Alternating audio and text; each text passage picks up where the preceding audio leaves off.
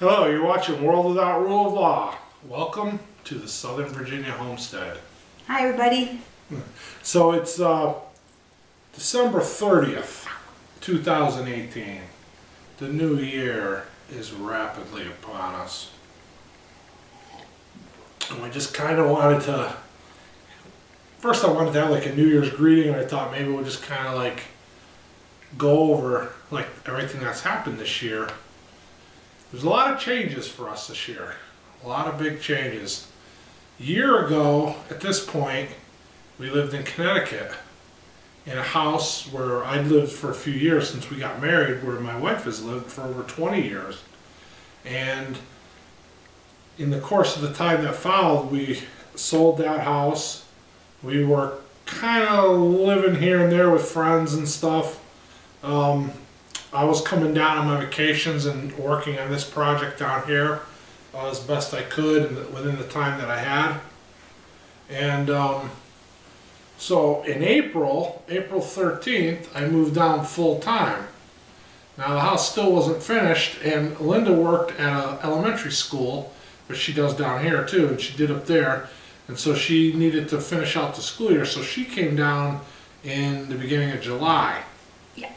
And actually, it was middle of July. Middle of July, that's right, July 16th to be exact. I barely made it from April to July. Barely. Left to my own devices. It wasn't pretty. I was living like a refugee. And, you know, we didn't have any sheetrock. The house was torn apart. I didn't have a kitchen. So, in a way, it was good, because I think it would have been tough for you to kind of, not that you couldn't, because I know you are a trooper, but it wouldn't have been convenient. I think that everything that worked out in this house worked out for the way it needed to, because I wouldn't have wanted to have been here when it was that case. And I also, backing way up, when he came for the closing, I wouldn't have wanted to have been here for the closing either. Yeah, it was, so I know we touched on this a little bit in other videos, but we kind of had a vision of, you know, we were going to blow in, rip up the carpets, take off some paneling, paint, and move in. Simple. Yeah, it seemed pretty simple on paper, like most plans, right? They work fine on paper. And then, so we got here, we peeled up the carpets, and they had dogs, and the hardwood floors were stained, and we had a guy look at them, and he said, well, maybe you could sand them out, maybe not. Some spots we might have to cut it out and weave new pieces in. We can get it to look pretty close to where you might not notice it. And then, you know, so then we wanted to pull this black paneling off. I figured, pull it off, there's plaster or sheetrock behind it. We'll just repaint it and we'll be good to go. But they had glued it also. And so when we pulled it off, it pulled a lot of the glue off and made some holes in it. And so now we have holes to patch everywhere, and look in there and see there's no insulation, and, you know, yada, yada, yada. It was literally opening up a can of worms. That's exactly what happened. Yeah. So we pulled the sheetrock off to insulate it, and then, you know, the wiring's all old, and the cloth covered wiring. And not in this room here was a carport that they finished in the 70s. So it actually had a rubber coated Romex, but the rest of the house was pretty old. And so it was like, well, okay, we opened this far, we might as well rewire it. And then while we're doing that, we might as well tear down some of the interior walls and get the open floor plan that we like. Okay, then we're doing that. Let's lift the ceiling up, expose, put some beams in, and change it aesthetically and this and that. And so we did all that. It was a 2-year labor of love. And I was down here on my vacations and stuff, so like winter with no heat sometimes, and it was pretty crazy. But we made it through, and so now we're living here. And, you know, as I said, I came in April, she came in July. It was a real hot summer. I had some gardens going this summer, not what I want to have, but because I was working at the same time in here, I didn't have a lot of time to set that stuff up. So I planted mostly in containers, and some things did really well in containers. The peppers and tomatoes did exceptionally well. Squashes were a complete fail. Sweet potatoes, they did all right, not great. Then I had some watermelons and cantaloupes. They did pretty good, but that was experimental. I only had a couple plants of each. I think we're going to expand that. Yeah, they were yummy. Yeah, now I know I showed it in the video, one of those IBC totes. I cut the top off and put some glass on it, made a little like mini aquarium greenhouse, filled it with wood. mainly just You so gotta I, water it. yeah, that's right. Mainly just so I wouldn't have to buy all the soil or get all the soil to put in it to take up space, and that'll decompose and it'll feed the soil. And we planted lettuce in it, and it's actually 57 degrees today, and it's out there flourishing. I've been doing the, you know, cut and come again method, but we've only got a few plants, so it's not like sustaining our lettuce needs, but we're experimenting with how it all works, how long it takes to come back, how often we can go out there and cut on it. And so I got a good idea of how much I need to expand it in order to, I guess, one of our short-term goals, because and I have a lot of work to go in this area, but I try to eat healthy. And Linda makes me my lunch every day and puts it in the fridge, and then it's always, every single day, there's a salad, which I really love. And I do love it. And so we would like to be able to grow all of our own lettuce, spinach and lettuce type stuff for salads. And so that's kind of one of my goals, one of my achievable goals for next year. I think one of our goals, right, honey? It's worth it. It was delicious. Yeah, and lettuce is expensive, and you never know where it's coming from, how old it is, what kind of craziness they do to it. And you see those they had last year, those Ebola scares. Yeah, that is, it's true. That is with everything. It really is.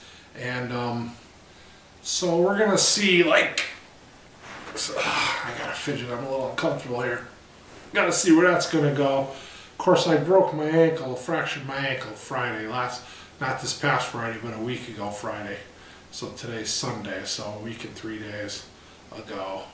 And that's, you know, that's been rough, real rough. And I don't think it's going to get better anytime soon. But I'm managing. And I know, you know, God's trying to teach me something. I don't know what it is yet, but something involved with slowing down maybe. I don't know, whatever. Not worrying about all these things that I got to do, because it kind of drives me crazy, because now today it's, you know, high 50s out there, sunny, and I got 18 million things to do outside, and I can't muster all my strength just to get up and walk to the bathroom. So that's humbling in a way. I got to figure that out. But you know, that's how I'm starting the new year. I'm down on one foot, so that's interesting. But you know, we're looking forward to it. We're looking forward to the new year.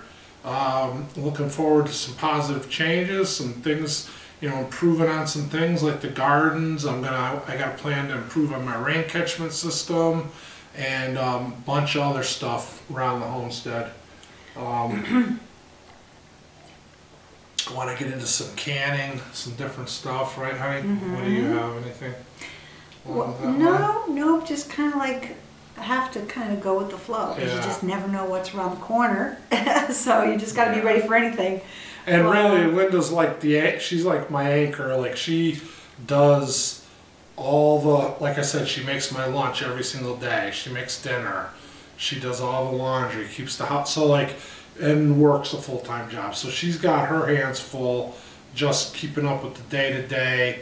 So any of those things that I want to start or do or whatever, then not that I'm on my own, I always have her support, but that's kind of my focus and my responsibility. So in a way, for her, she just kind of troops along and does the day-to-day stuff, and that's a huge blessing to me, because obviously that can be all-consuming time-wise. So if I had to do all that stuff, it wouldn't leave much time really for anything else. He tried that the first few months. I did. Of course, in my defense, I'll say, you know, I didn't have a kitchen. I didn't have... Yeah, he did pretty good. I didn't have a lot of things. His middle name should be Improvise, because he really made things work with what he had. And so I thought it was pretty remarkable. Yep. Yeah, so, and you know, as time goes on, I mean, we're trying to improve on things. Like I said, we've made some friends here in the community, the YouTube community, and that's been encouraging, and that's been good, you know. I went, in September, I went up to Connecticut, and I diverted over to the Pittsburgh area and joined up with a meetup with a few people that were there from our YouTube community. And that was good. Got to meet some people, and put some names to some faces. Unfortunately, Linda was working, couldn't come, but I think that's one change that we're kind of looking forward to in 2019. We're going to see if it's going to happen or not. We're trying to talk about it, and I'd like to see, you know, where Linda works. She's a paraprofessional at the elementary school, and we've, you know, tossed the idea around with her going down to a substitute position. And so I think that would be great, because then, like in September when I went up to Connecticut and stopped at that meetup, I mean, I was gone, what, 10 days? She could have came with me, right? Because she wouldn't have that responsibility of showing up every day. She could schedule herself as they need her when it's convenient for her. And then if we wanted to do things like that, we're at the point in our lives where we want to try to, you know, and our kids are all grown and out, and like, really, there's no reason why we can't do that stuff. And I think that we want to do that. I think having her move down to a sub position is key to that, right, honey? Yep, I'd like to do that. Just got to get to a point where, you know, a decision needs to be made. So it's either this year or I'm full-time for a year and then do it next year. Yeah. Yeah. That's where we're at with that.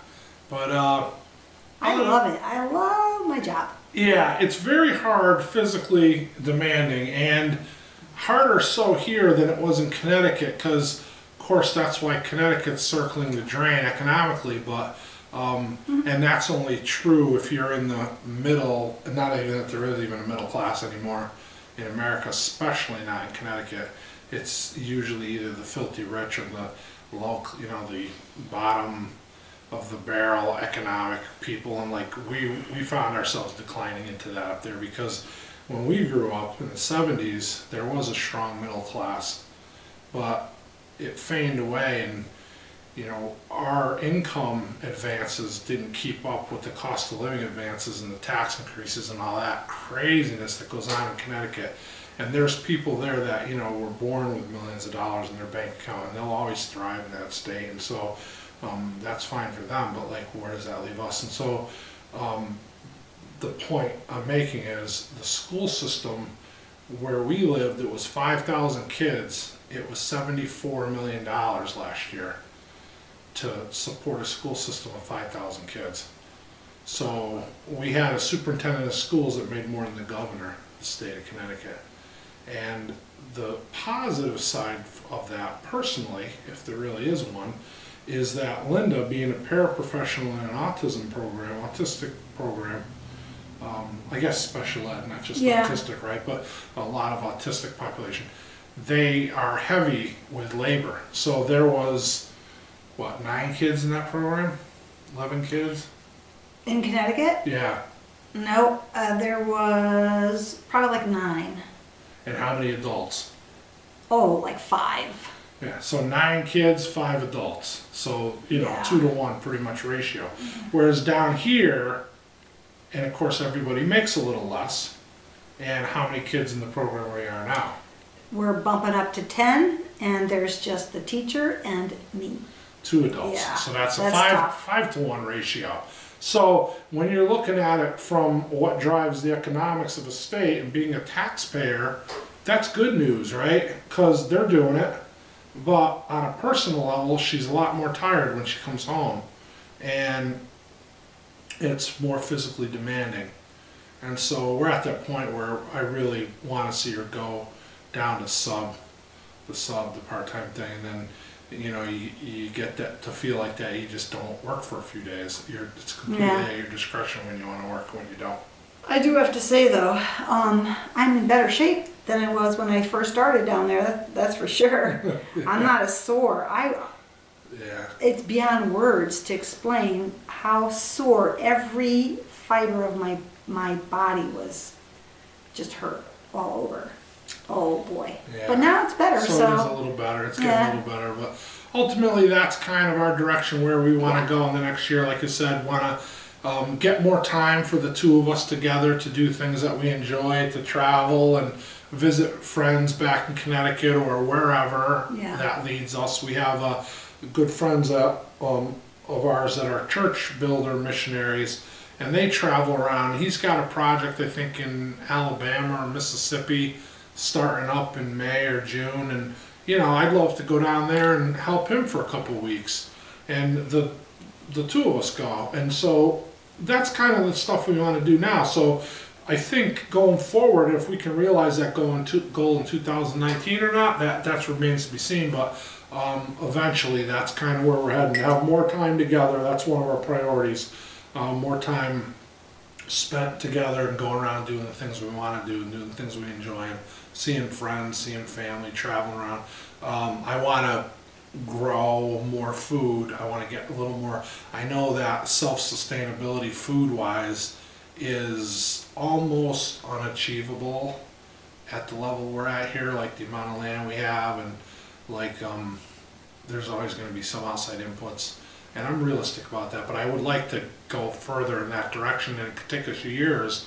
That could be a quest that takes years and years and years, but last year, this past summer, we were better than we were the year before, and hopefully this summer will be better than we were last year. And as long as that's my measuring guide, then I think we'll be okay with that. That'll work. Yeah, and so we're going to try not to overwhelm ourselves, but do what we can and to move forward in that respect. And we're making some friends down here. We got a nice church. We're getting established, and we love it here. It's absolutely beautiful here. The scenery, the countryside, and it hasn't gotten old, and I hope it never does, but I'll just wake up and look out the window and just say, thank you, God. It's just so beautiful here. Absolutely. Step outside to go get something out there, and you're just surrounded by just a beautiful scenery. Yeah. The sunsets are gorgeous. Oh, yeah. And yeah, so that's about it, I guess. That's, you know, gonna try to heal my foot. Just gonna try to move forward in a positive direction. You know, I do want to mention one thing. I just watched The Cold of Fall, the short story from Cyber Nuke channel. I really, really enjoyed that story. It was well written, and it had, you know, a humanistic value to it that I really, you know, humanity outlook that I really enjoyed.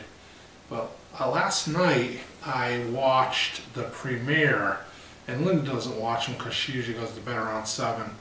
But I watched the premiere of the chapter 30 of the Cyber Nuke story, and it was the final chapter of that particular book. And in the chat, and I like that premiere theme, and it's kind of like you're in a movie theater, right? And we were joking around, and I said, like, it was coming on, and I typed in the chat, shh, it's about to start. And Nina said, move your head, I can't see. You know, I kind of got offended. I kind of took that like she was saying I had a fat head. And I don't think that could be true, right? But, you know, I know all the women are in cahoots, and that whole honey badger crew, they all work together. I think possibly on some level they share one brain. I'm not, you know, like most groups of women, they, like, that's why they're taking over the world, because they kind of team up against us. But Purple Tea Bear made me this beautiful hat, and so she made a comment following that, and then I'm thinking, like, is she agreeing with her? Like, maybe not in words, but well, yeah, she made the hat, and it does fit me. So I gotta just throw this in. So when I went to get the hat today for him to wear it, I said, wow, she really made it big enough for his head. Isn't that funny? So anyway, yeah. I don't know. I don't know how to take that. It's almost like, I don't know. But, I mean, it is what it is. My head is big enough to house my brain.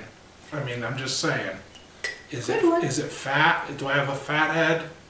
Or does he have a big brain? Are they mutually exclusive? Thanks for watching.